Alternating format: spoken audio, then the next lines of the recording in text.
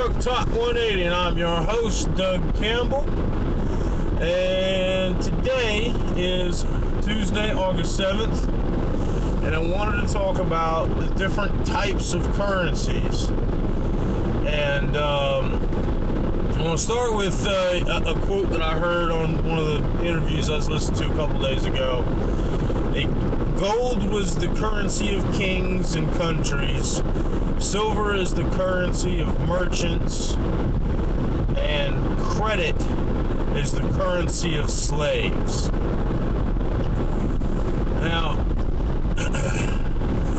there's two types of, I'm going to start with the credit systems.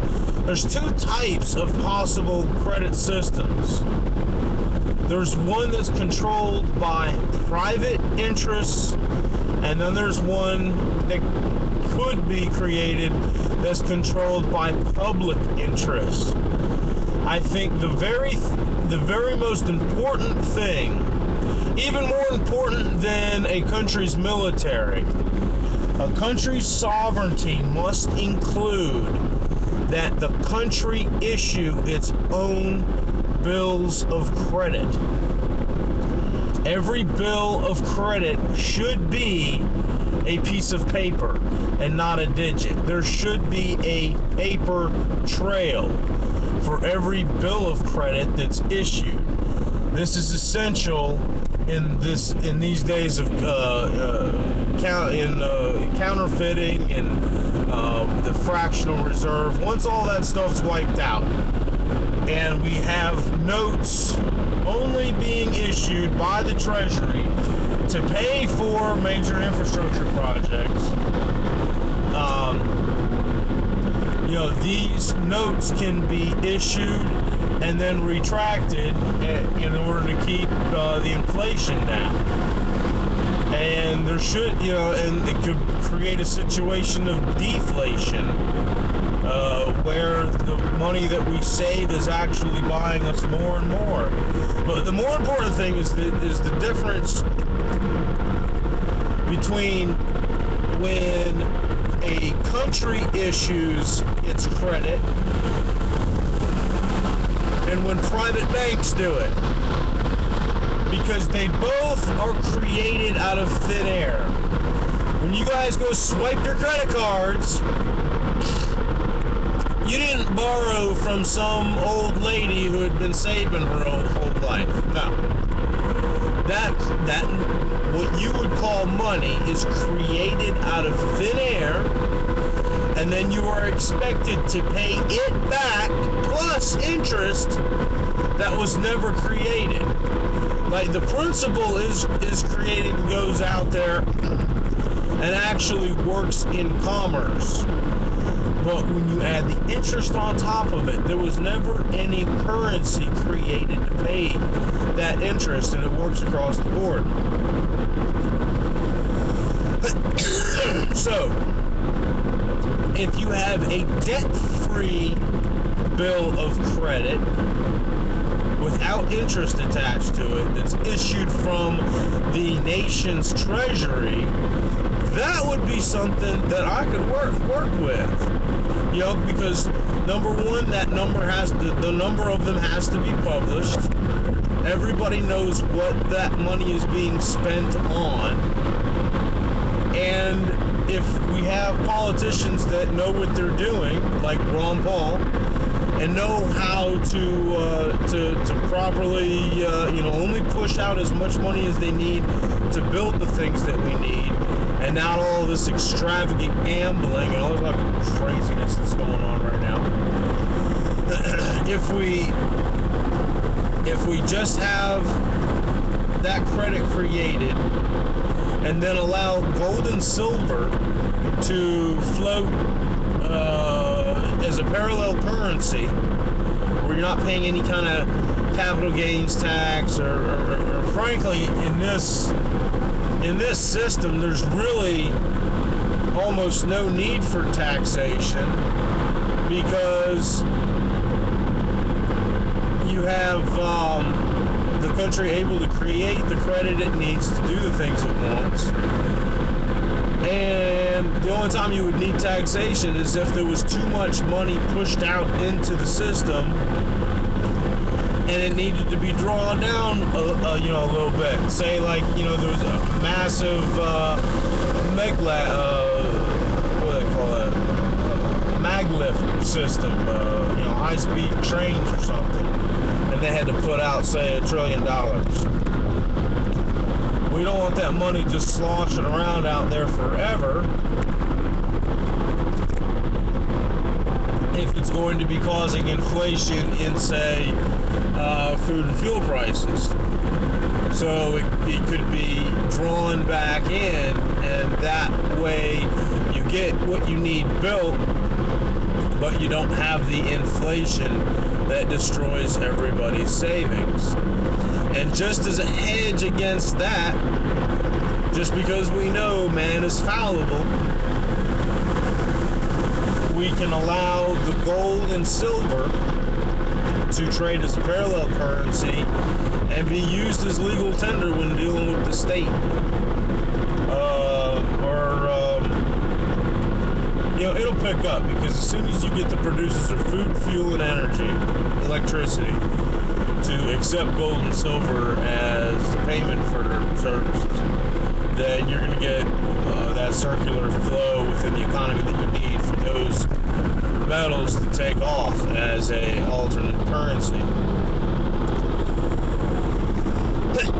So the system that we're under right now, we've got the currency issued by a private bank, and it's then loaned to the governments and loaned to the different banks at an interest rate, and that money was created out of to begin with. And so we're all debt slaves. That's what makes it debt slaves, is that private banks have issued the debt, and somehow we have to make payments on it, and we owe interest on it. Now, you can make loans under this new system. Now, banking is going to become very, very boring, because not only must there be a dollar bill for every bill of credit that's issued from the Treasury, but also when you make deposits into the bank is probably going to have to, under the new model, charge you a fee to hold a bank account, because they're not allowed to take that money anymore and go gambling with it.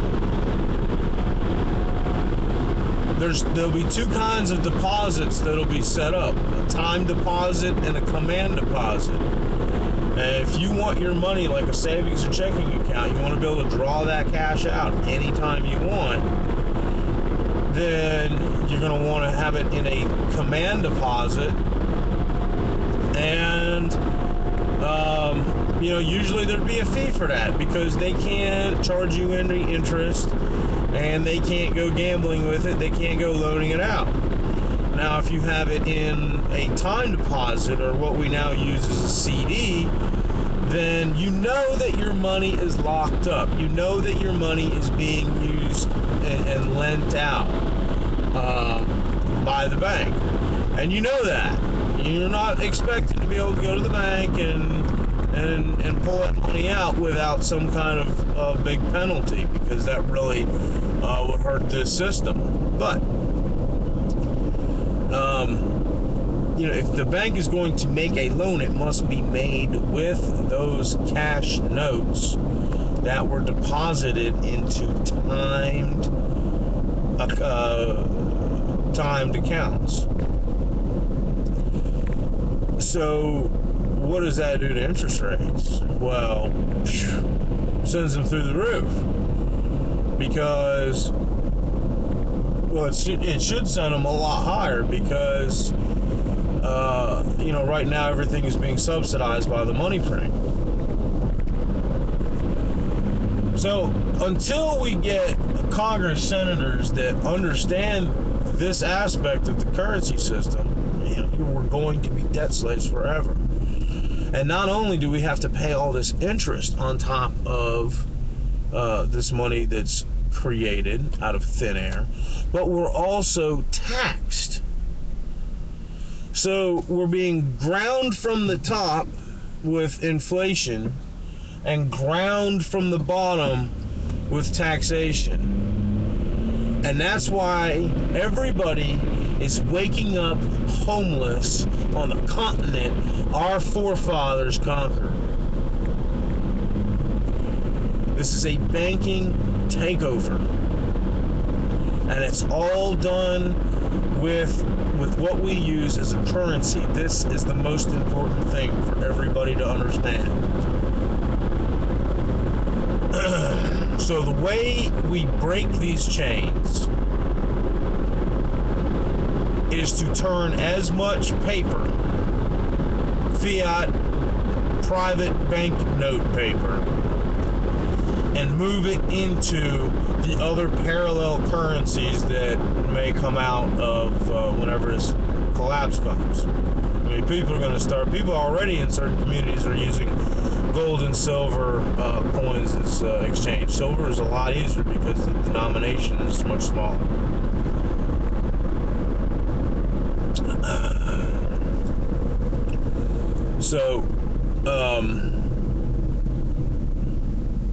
Yeah, that's pretty much it for right now. We have to have public currency. The issuance of the currency rests with the Treasury. It is not, banks should not at any level be able to issue bills of credit. Not checkbook money, not credit card money, none of that stuff. Now they can create plastic card systems that access those accounts once we have these treasury notes in place, but there cannot be any fractional reserve banking. With proper state audits, there will be no need for the FDIC. And as far as investment banking goes, with the reinstatement of Glass-Steagall, the investment bankers, if you want to go throw your money at these investment banks are basically, like I heard the other day, just giant overexposed hedge funds, over-leveraged all to the gills. And if you want to go throw your money into that, go right ahead, but you're gonna lose it. So that's it. Cash out those 401ks and pensions if you can, and get into a currency that's gonna last, that is gonna survive this collapse. And then when the choice comes, the choice will be, do you want, well, there won't be much of a choice. They're going to try to force it on you. Do you want that global currency, another fiat, IMF or World Bank or BIS kind of banknote, some kind of everybody get a card and everything is tracked on a card? Or you can choose to use metal, gold and silver, and just walk away from the system. Just ignore them. Because if we're operating within gold and silver, if we can find a place to do it completely, we step outside of their box of inflation and taxation, and will no longer be debt slaves to this system. Yay.